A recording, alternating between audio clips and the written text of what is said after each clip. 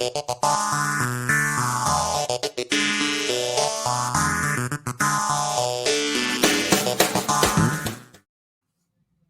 and welcome to this episode of Akrinos Access Live. I'm Eric Matei, joined today by Dr. Roxanne Arnal, CFP, for a fascinating conversation around preparing for a successful business marriage. And for those of you that may not know Dr. Arnal, so she is an affiliate, a founder of C3 Wealth Advisors, which is a financial planning group in Canada. So it's very exciting to have this transcontinental conversation. And, we're going to have a fascinating conversation today all around partnerships and what practices can do to prepare their business to bring on a partner, and also how partners can prepare themselves to matriculate into the practice and have that successful business marriage. So, Dr. Arnal, thank you so much for joining us today. Thank you so much for having me. And yeah, really exciting. It's quite frankly, optometry isn't all that different on either side of the border. So, and when we talk about business marriages, it's probably the same everywhere in the world. Absolutely. Yes. So on that note, let's go ahead and jump right into it. And maybe we'll start by let's just define that. I mean, let's just define what a successful business marriage is, what it looks like.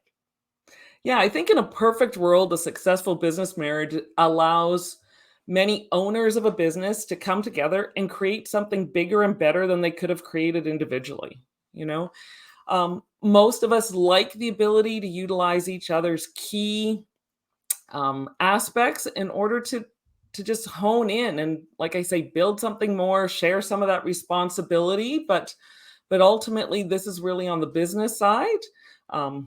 Not so much patient care, although I think we all appreciate the fact that you can go over to the next exam room and knock on the door when you've got something strange and unusual.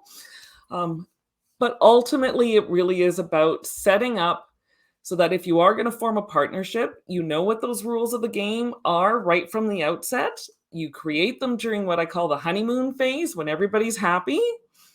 So that really, when the poop hits the fan, you know what rules you're gonna abide by. And that just makes for a much easier, I'm going to say, practice life, a much happier practice home.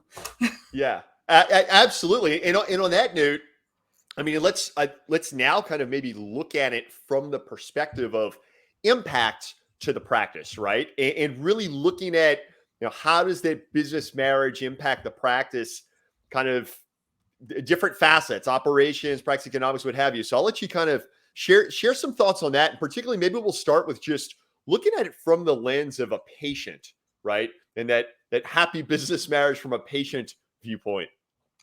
Yeah, I think anytime people are happy, you feel that in the air, right? You've walked into an office before and you know if something just went down, like that air is heavy.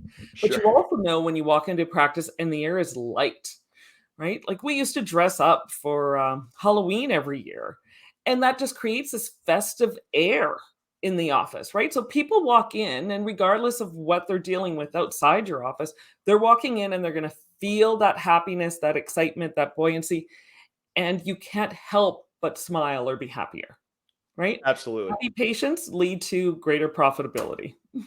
Absolutely. And very much it kind of starts at the top. And I think that's a key consideration here, right? Is that I think for many practices, it's one thing when, it's been a sole owner and their team, their sole vision, their sole risk in blood, sweat, and tears. And now in bringing someone on as a partner, and no matter how they come into that partnership, whether they're buying in or on some sort of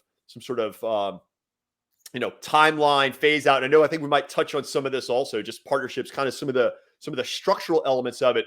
But I think it's really important to consider the fact that, man, it's all about what's going on at the top. It's really going to set the tone for the rest of the practice, right? So let's talk a little bit now about what I have come to observe is oftentimes really important element, and that is like kind of the operation and workload side, right? In bringing bringing this business marriage about. So, what tips do you have there as far as kind of an equitable way to structure this partnership from an operations and workflow standpoint? Yeah, and we talk about things like equitable and fair, and let's be real, fair isn't always equitable.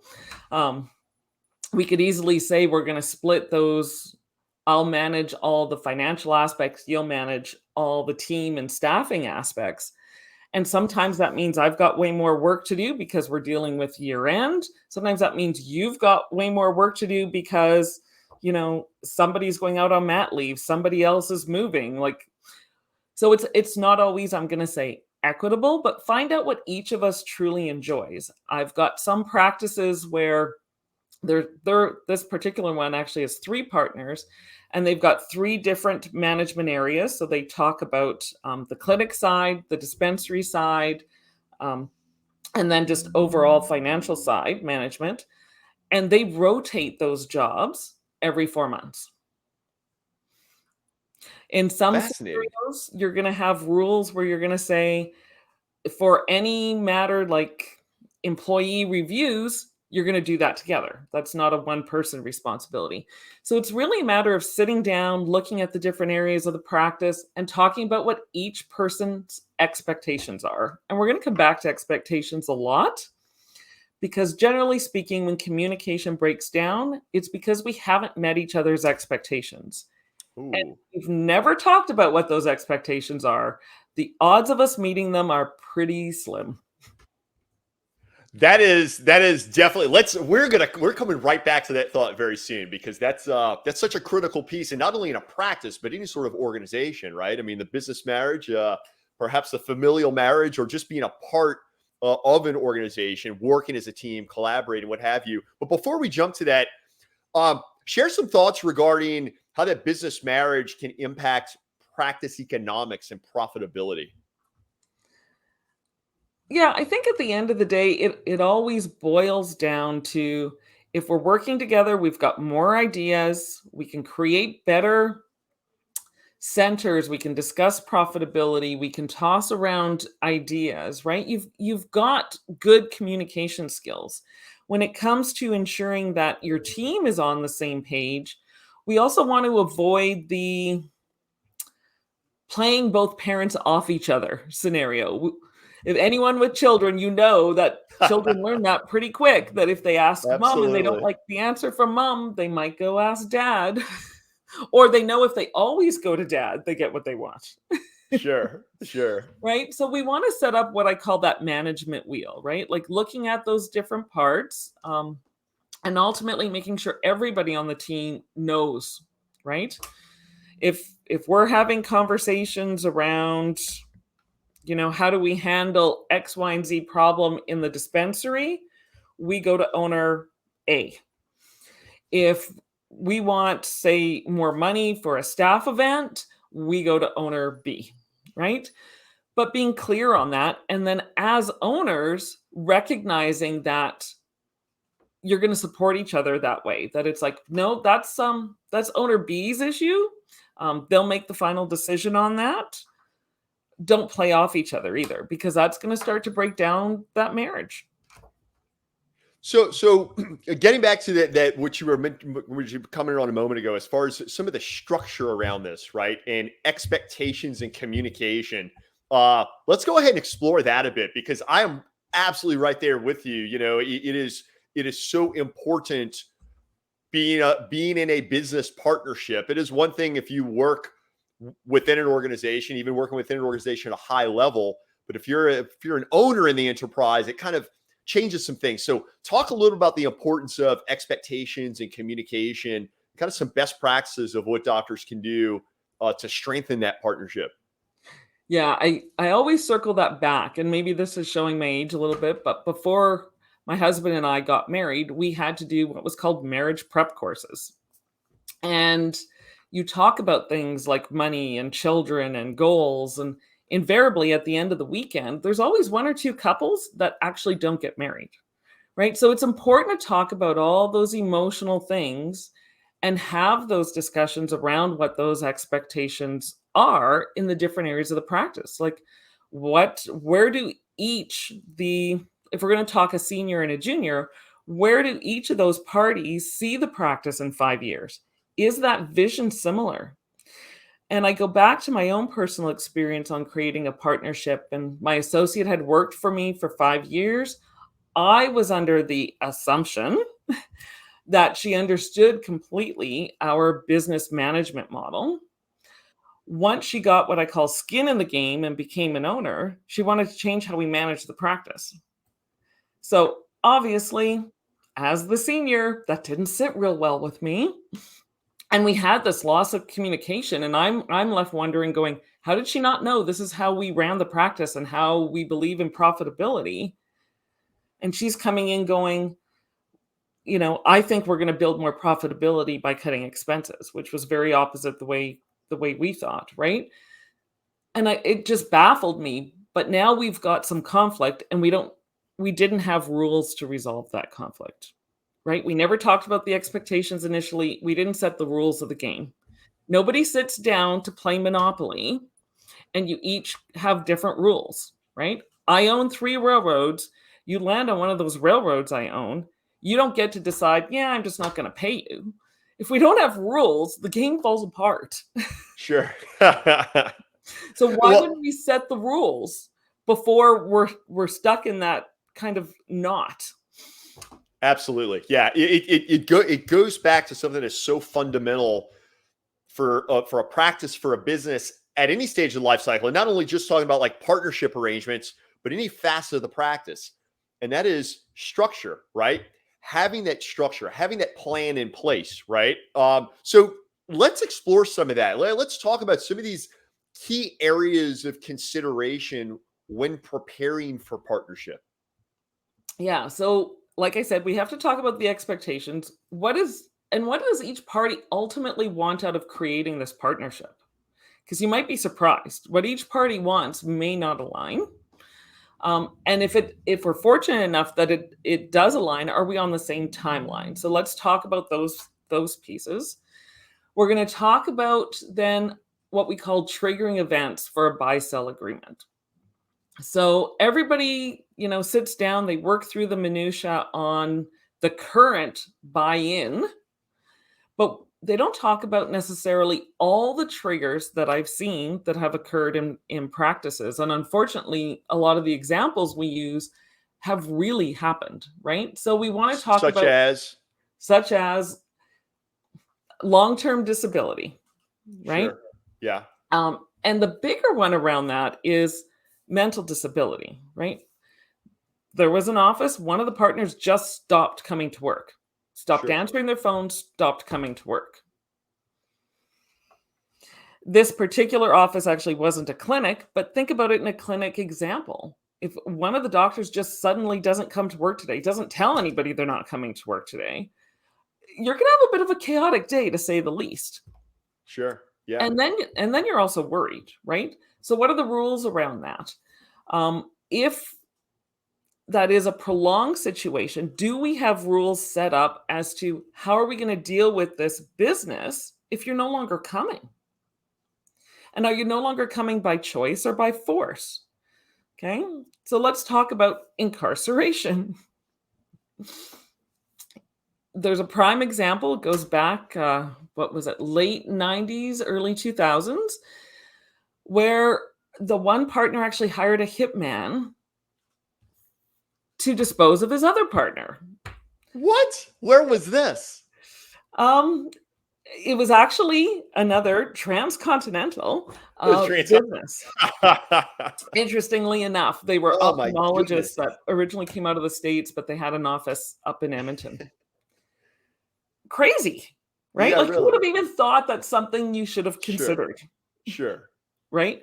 Now, the worst thing is you technically still own a business together, Right. right? Oh my Lord. Oh, goodness. Yeah.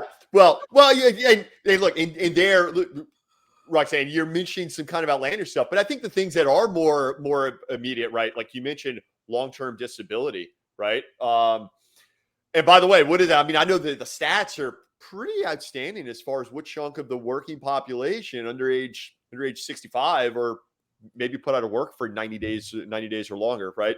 Yeah. Death, divorce, weird things. I know, yeah, there are certainly the more outlier cases, but then there's also those cases that are very real and not uncommon. So what are some of those key things that doctors should do when preparing preparing for partnership to protect against this stuff, or at least kind of have that roadmap as far as the course of action should this stuff take place? Yeah, and I think that's the reality. We can't always predict or stop certain things from happening, but we need to have the rules. What happens if? So I'm just going to circle back to disability again. So long-term disability. If I'm disabled and not at the practice for 6 months, does that mean I have to automatically sell my portion of the practice? Right? Will I continue to pull full wage, or what's the rule around that when I'm not Sure. there? Right? Like, Right. everybody says we're going to take care of each other until you start to create a financial stress. Yeah. It sounds great to say you're going to take care of each other, but for how long? Now, if I'm the disabled party, and I always say you have to wear both hats. So if I'm going to be the disabled party, how long do I want that business to be there for me to go back to? So disability insurers know that if you've got something to go back to, you're more likely to rehabilitate, which is a good thing. Because generally speaking, human nature, we need to feel useful and valuable in order to get better. And when we talk about mental health, which has really come to a much higher level since COVID, right? Everybody's under more stress. Our ability to deal with sometimes small things is harder. So how are we going to say the practice is still going to be there? What are the rules? Will the practice continue to cover my wage? Will I be eligible for my portion of profit share if I'm not actually contributing to it? Am I responsible for 50% of the expenses, even if I'm not there, that I have to be forking money out? So let's have those conversations. What are those expectations around that? There are some insurance products we can discuss there. Everybody thinks disability insurance is just about income replacement. There are different products that you might choose to, defer that risk to. But I look at my own experience when I had cancer. I was out full time for 6 months. I was out another 6 months part time. If I didn't have my work to go back to, what's moving me to kind of pick myself up and keep moving forward and keep fighting? But I also want that to come back to maybe at 12 months, maybe at 18 months. At 2 years, though, the general stat is if I'm disabled for 2 years, I'm typically going to be disabled long term. Sure. So I'm likely never going to come back. So then we need triggers to say, okay, if you're going to be disabled and whatever works for your partnership at 18 months or 24 months, we're going to end up buying back your shares. And then we talk about buying back shares and the valuation formula that's used for that. My recommendation is always put a valuation formula in an appendix, because how practices are valued changes. Practices are valued significantly higher today than they were when I sold my practice in 2012. Right? We're using different multiples of EBITDA. So we want that in an appendix, so it's fairly easy to review and change and update without having to open up the whole agreement again. So we want to go in, we want to look at that valuation formula. We want to decide what the funding options are if we're going to trigger it. But also I'm going to challenge you and say, does every triggering event get paid at 100% the valuation formula? So we're going to go back to that really strange hitman scenario, or Sure. any criminal case. If my partner has, and I live in a small town, committed some crime, that's going to be fairly public. Chances are it's going to damage the business. Yet, if I'm the one still working in the practice, I have to give them 100% share value based upon the formula. That I don't consider fair, right? It might be equitable, but is it fair? So you can actually go in and say, in certain cases, you're only going to get paid 50% of the value or 70% of the value. And let's have those conversations when everybody can still laugh about what those situations might be. Right. Yes. Yes. And it's important for everyone to understand, I think also, right, this is regarding the agreement that you're speaking of. It's going to be would that be in the bill of sale or the operating agreement? Why don't you speak a little bit to helping folks understand the exact legal documentation and understand that is totally separate from any sort of financing that would be available, whether it's sitting on a sum of cash or presumably some sort of insurance that would kick in. But what kind of legal documents are they going to want to have in place? Yeah, so what we call a buy-sell agreement or a joint venture agreement or a unanimous shareholder agreement, it comes under different names, really, particularly in Canada anyways, based upon the type of partnership structure you have, right? Do you have a limited liability partnership? Do you have a professional corporation? They're going to have different wordings of those documents, but that's very separate from your original buy agreement, right? And everybody focuses on that financial one. That's the Right. one everybody wants signed because you've been dragging it out with due diligence and the lawyers are fighting about, I don't know, $10,000, whatever it is. That I find there's so much energy put into that. It gets signed, and what I consider the bigger document, the marriage document, gets put off. So it's like everybody plans for the wedding, but nobody's planning for the marriage. It's crazy. That's a really good analogy. It's a really good analogy. Yes. Right? Yes. So there are a host of legal documents in working with, myself or other coaches. We want to work through all those different conversations. We want to come together. We need to mediate, a little bit more mediation when you have more than two partners. But I recommend you even have some of these conversations before you even finalize on the price. Because if you're already have very different expectations on where you want, say, the practice to be in 5 years, is it really worth going down the road of buying 50% of that practice? Right? To Sure. me, that's adding stress onto stress. Like, why wouldn't Yeah. we have these discussions well ahead of time and put more emphasis on that emotional and just management side initially? Yeah. And Wow. lawyers just seem to want to push through the deal. Oh yeah, absolutely. Absolutely. That perhaps a whole other topic. So hey, for those of you just joining us, we're hanging out here, Akrinos Access, with Dr. Roxanne Arnal, talking about preparing for a successful business marriage. Really fascinating conversation about preparing the business for partnership. And now we're kind of getting into, I suppose, in kind of this closing leg of the episode. Roxanne, if you can walk us through, how to ensure that successful partnership, like some of these steps that, for our viewers out there that find themselves right now, they're in this position, give them kind of the play-by-play of the things they're going to have to be lining up here as they're going to enter this business marriage. Yeah. So, like I say, there's that wedding side. So your initial buy-in agreement. If you're starting a cold start, there isn't that per se. There's just going to be this partnership agreement. So, like I said earlier, the legal wording will depend on your type of legal structure. There are some pros and cons. I suspect there's some differences on either side of the border because that is a legal and primarily a tax reasoning for the different structures and what's permitted by your colleges. So even in Canada, every province does have slightly different rules because healthcare is provincially regulated. Oh, heaven forbid we'd all do things the same. It'd be too easy. But then let's sit down, right? Let's talk about, how do we value the practice?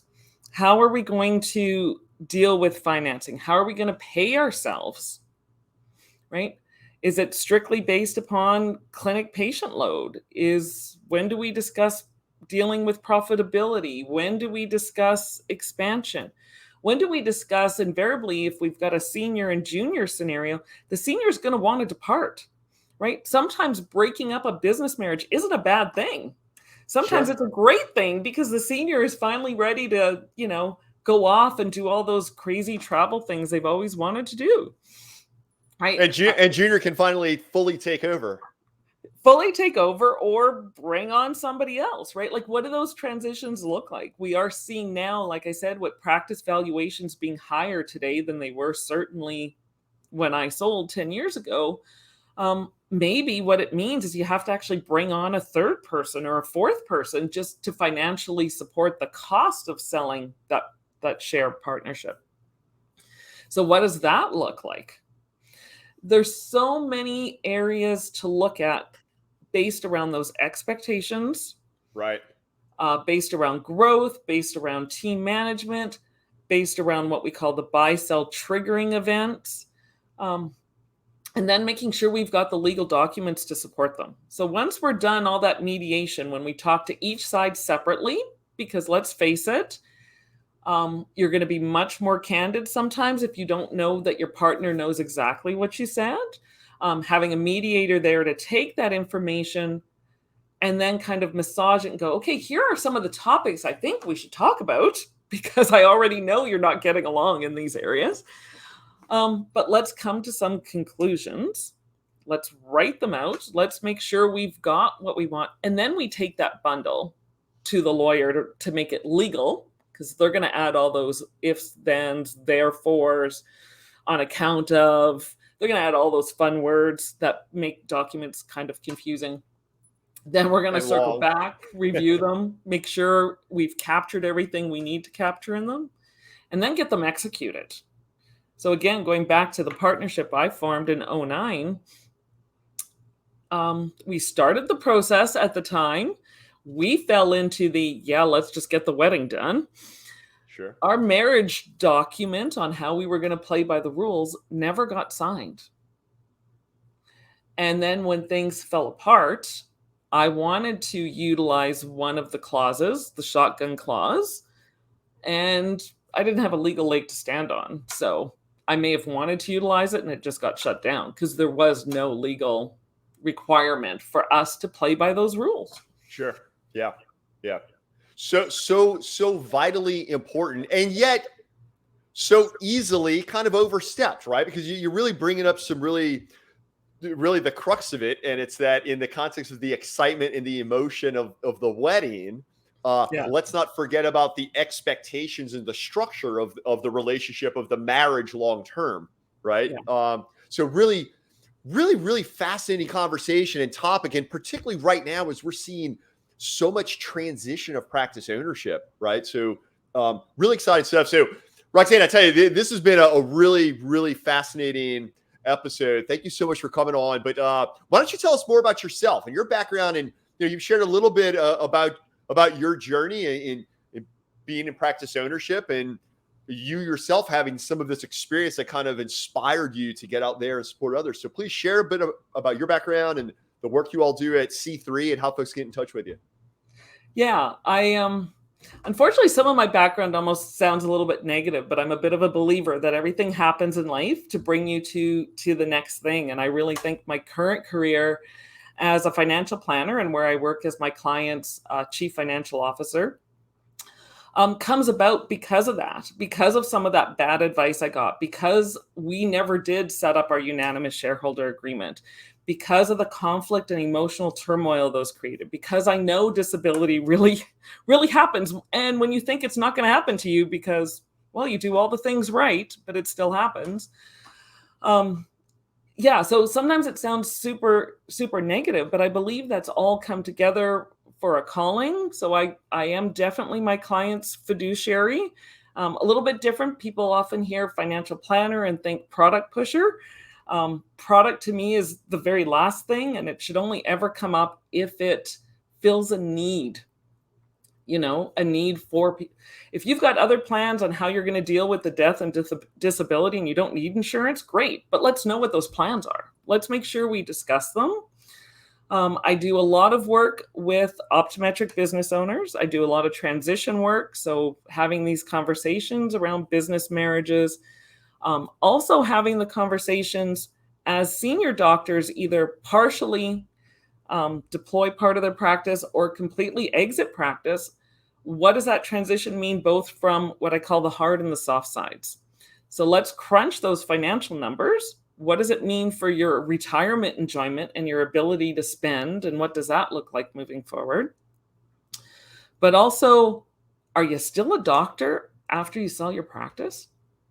Right? Let's talk about that identity too, right? It's sure really interesting when you've identified that way for a long time, and now you're technically not the doctor in town anymore, right? How do we self-identify? Maybe that's even a bigger question for some of our colleagues out in Florida, where that's kind of becoming a bit of a hot topic, how you identify. But yeah, so we talk about all of those things because at the end of the day, I believe it's important to empower people with clarity, confidence, and control. Clarity, what are your goals? Um, what are we actually aiming to do, whether it's in a business marriage or for retirement? Confidence, where are you now? Like, what does the picture look like today? Do you already have an agreement that just, hasn't been open since 1984? That's so stale dated that says the practice is worth $200,000 when it's a $3 million a year practice, right?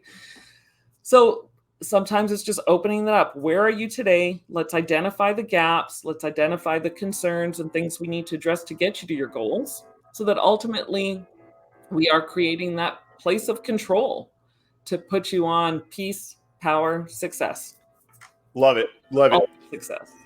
So how can folks get in touch with us? As a matter of fact, we did have a comment come through here. Definitely someone looking to, interested in some of the topics covered here and how they can reach out to you with questions. Yeah, so we have a website called C3 Wealth Advisors. It is a .ca, so for all your American listeners, that'll be a little bit different for them to type in .ca. But yeah, so there's a contact me. We're putting up some additional content in there periodically. You can sign up for our newsletter. So we're always happy to share additional information. And yeah, happy to have conversations with people on both sides of the border. Like I say, I don't do product in the States by any means, but we can always find people to work with because a great CFO brings in your accountant, your lawyer, your other advisors, your banker, your leasing agent. Bring them all together to make sure we get all those questions asked and answered. Because if you don't know what questions to ask, nobody's going to help you figure that out. Right. Yeah, absolutely. Yeah, that's my job, helping you figure it out, asking you the questions, and you go, I never even thought of that. That's where experience comes in, good or bad past life experience. Well, this has been great. Dr. Roxanne Arnal, thank you so much for joining us here. Akrinos Access. We were talking all about how to prepare for that successful business marriage. If you want to learn more about the work that Roxanne and her team at C3 Wealth Advisors do and how they can help support you in your practice and particularly forging the foundations for that successful business marriage, you can reach out to them at c3wealthadvisors.ca. And if you're looking for more great practice management and professional development tips like this, follow Akrinos across the socials, subscribe to the Akrinos YouTube channel, and look for the latest resources at Akrinos.com. On behalf of our team here at Akrinos, Eric Matei signing off. Thank you so much, Eric.